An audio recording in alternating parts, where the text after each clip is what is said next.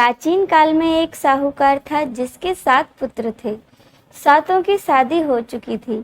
सबसे छोटे पुत्र की पत्नी बहुत ही संस्कारी थी, परंतु उसका कोई भाई नहीं था।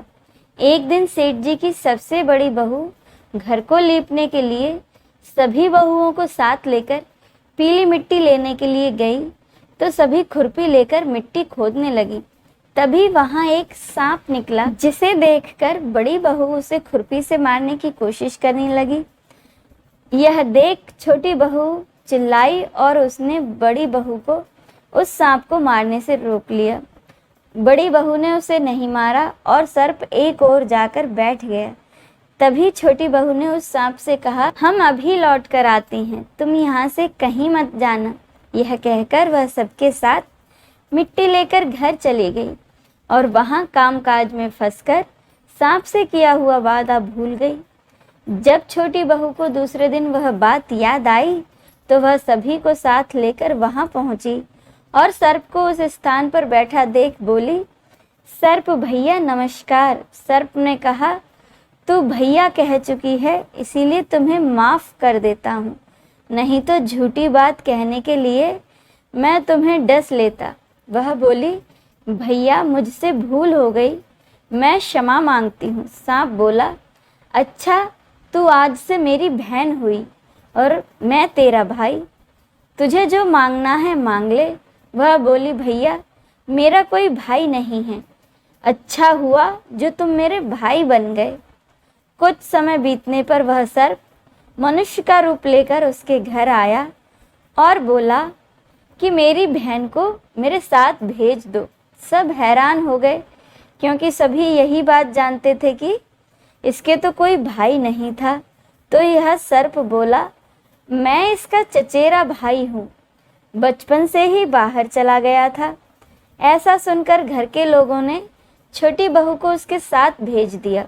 उसने मार्ग में बताया, मैं वही सांप हूँ, इसीलिए तू डरना मत, और जहाँ भी चलने में कठिनाई हो वहाँ मेरी पूंछ पकड़ लेना। छोटी बहू उसके कहे अनुसार उसके घर पहुँच गई।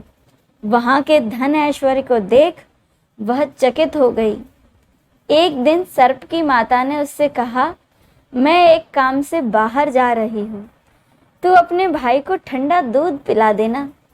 लेकिन छोटी बहू को यह बात ध्यान नहीं रही और उसने गलती से सर्प को गर्म दूध पिला दिया, जिससे उसका मुख जलने लगा। यह देख सर्प की माता क्रोधित हुई, परंतु सर्प के समझाने पर वह शांत हो गई। तब सर्प ने सोचा कि बहन को अब उसके घर भेज देना चाहिए। सर्प और उसके पिता ने उसे बहुत सा सोना, चांदी, जवाहरात, वस्त्र, आभूषण देकर उसके घर पहुंचा दिया। इतना ढेर सारा धन देखकर बड़ी बहू ने ईर्ष्या से कहा, तेरा भाई तो बहुत धनवान है, तुझे तो उससे और भी अधिक धन मांगना चाहिए था। सर्प ने यह बात सुनी तो उसने सभी वस्तुएं सोने की लाकर दे दी। यह देखकर बड़ी बहू ने कहा, झाड़ने के लिए झाड़ू भी तो सोने की होनी चाहिए। तब सर्प ने झाड़ू भी सोने की लाकर रख दी। सर्प ने छोटी बहू को हीरा मणियों का एक अद्भुत हार दिया था। उसकी प्रशंसा वहां की रानी ने सुनी और वह राजा से बोली, साहूकार की छोटी बहू का हार यहाँ आना चाहिए। राजा ने मंत्री को हुक्म दिया कि साहूकार की छोटी बहू का हार लेकर आओ। मंत्री ने साहूकार से जाकर कहा कि महारानी आपकी छोटी बहू का हार पहनेंगी, वह उससे लेकर मुझे दे दो। साहूकार ने डर के कारण छोटी बहू का हार दे दिया। छोटी बहू को यह बात बहुत बुरी लगी। उसने अपने सर्प भाई को याद किया और उसके आने पर प्रार्थना की कि भैया, रानी ने हार छीन लिया है, तुम कुछ ऐसा करो जब वह हार उसके गले में रहे तब वो सांप बन जाए, और जब वह मुझे लौटा दे तब हीरों का बन जाए। सर्प ने ठीक वैसा ही किया। जैसे ही रानी ने हार पहना, वैसे ही वह सर्प बन गया। यह देख रानी चीख पड़ी और रोने लगी। यह देख राजा ने साहूकार के पास खबर भेजी कि छोटी बहू को तुरंत भेजो। साहूकार डर गया कि राजा न जाने क्या कहेगा। वे स्वयं छोटी बहू को साथ लेकर गए। राजा ने छोटी बहू से पूछा, तूने क्या जादू किया है? मैं तुझे दंड दूंगा।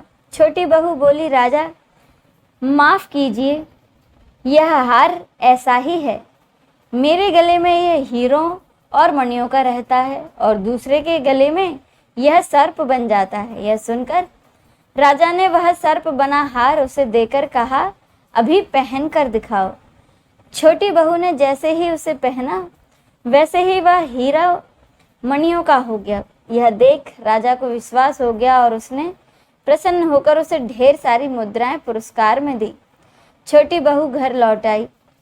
उसके धन को देखकर बड़ी बहू ने ईर्ष्या के कारण उसके पति को सिखाया कि तुम्हारी पत्नी के पास कहीं से धन आया है।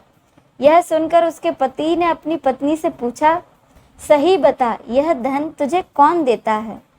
तब उसने अपने सर्प भाई को याद किया।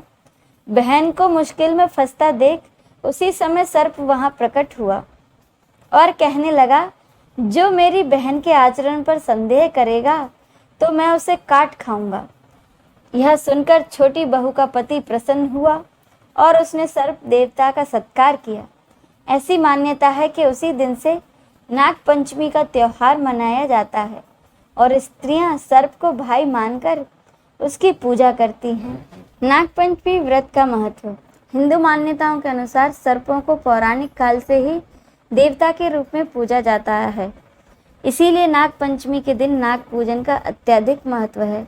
नाग पंचमी के दिन नागों की पूजा करने वाले व्यक्ति पर उनकी कृपा सदा बनी रहती है। इस दिन घर के प्रवेश द्वार पर नाग का चित्र बनाने की भी परंपरा है। मान्यता है कि इससे वह घर नाग कृपा से सुरक्षित रहता है। नाग पंचमी का व्रत करने से आपकी सभी दुख दूर होते हैं। नाग पंचमी व्रत पूजा विधि। इस व्रत के देव 8 नाग माने गए हैं। चतुर्थी के दिन एक बार भोजन करें तथा पंचमी के दिन उपवास करके शाम को भोजन करना चाहिए। पूजा करने के लिए नाग के चित्र को लकड़ी की चौकी पर रखें। फिर हल्दी, रोली, चावल और फूल चढ़ाकर नाग देवता की पूजा करें। उसके बाद कच्चा दूध, घी, चीनी मिलाकर लकड़ी के पट्टे पर बैठे सर्प देवता को अर्पित करें। पूजन करने के बाद सर्प देवता की आरती उतारें। अंत में नाग पंचमी की कथा अवश्य सुनें। हर हर महादेव।